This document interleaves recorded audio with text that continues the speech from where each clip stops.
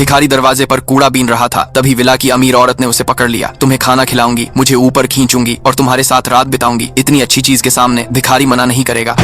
वह बिना किसी हिचकिचाहट के घर की ओर दौड़ा, लेकिन उसे क्या पता था कि उसका दुह स्वप्न अभी शुरू हुआ था। डेविड के नहाने के बाद अमीर औरत ने एक एक करके उससे किए अपने वादे पूरे करने शुरू कर दिए। पहले उसे पेट भरने के लिए स्वादिष्ट सुशी खिलाई और फिर जल्दी से उसे बिस्तर पर बुला लिया। ये राजदीश की राज खिलाए के, लेकिन जब डेविड इसका आनंद लेने के लिए तैयार हुआ तो उस अमीर औरत के हाथ अचानक बहुत रूखे हो गए और फिर उसका चेहरा एक भयानक चुड़ैल जैसा हो गया। डेविड डर गया और उसने अपना सिर घुमा लिया। वह अमीर औरत पल भर में अपने असली रूप में कैसे वापस आ गई। सब कुछ तो कमाल है। बारिश के बाद डेविड भावुक होकर बोला, अगर वह हमेशा के लिए यहीं रह सके तो कितना अच्छा होगा। अमीर औरत ने कहा, मैं तुम्हारी इच्छा पूरी कर सकती हूँ, लेकिन मुझे तुम्हारी आजादी के बदले में कुछ देना होगा। आजादी? डेविड मुस्कुराया और बोला, अगर उसे सचमुच ये सब मिल सकता तो आजादी क्या होती। उसकी बात सुनकर अमीर औरत ने उसे एक अनुबंध दिया।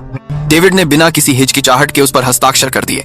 उस पल उसे लगा कि अब उसकी किस्मत खराब है, लेकिन उसे क्या पता था कि वह जिंदगी भर यहीं फंसा रहेगा। जब वह अपने कपड़े लेने बाहर जाने ही वाला था कि अचानक एक अदृश्य दीवार ने उसे रोक लिया। चाहे उसने कितनी भी कोशिश की हो, वह आगे नहीं बढ़ पाया। डेविड अभी उलझन में था कि तभी वह अमीर औरत उसके पास आई और उससे कहा कि अब वह इस घर से बाहर नहीं जा सकता। यह अनुबंध की शर्तों में से एक है।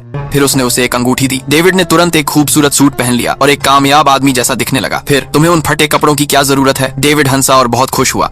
उसे एहसास ही नहीं हुआ कि वह पिंजरे में बंद एक चिड़िया बन चुका था। कुछ दिनों बाद डेविड अभी भी वही सूट पहने हुए था और सुशी अभी भी उसके सामने थी। अमीर औरत ने उसे बताया कि यह भी अनुबंध की शर्तों में से एक थी और उसके बाद हर दिन ऐसा ही होता रहा। अब तुम मार की तरफ ये जो किनपार के नंबर के सामने लगी, विशाबी में महने लगी, मार के तरफ ये, मार के लगी, मार के तरफ ये जो कि नमी ये।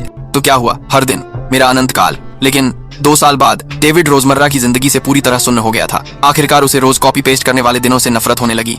तो उसने अपने कपड़े उतारे और उस अमीर औरत को ढूंढा और कहा कि वह जाना चाहता है। मैं जाना चाहता हूँ, तुम ऐसा नहीं कर सकती। तुमने कॉन्ट्रैक्ट साइन किया था, याद है? मैं ये कॉन्ट्रैक्ट तोड़ना चाहता हूँ। इसकी कीमत तुम्हारी जान है या फिर तुम किसी और से इसे ले लो, प्लीज। इस पल उसे आखिरकार आजादी की अहमियत का एहसास हुआ, लेकिन बहुत देर हो चुकी थी। एक दिन अचानक एक माँ बेटे ने विला का दरवाजा खटखटाया।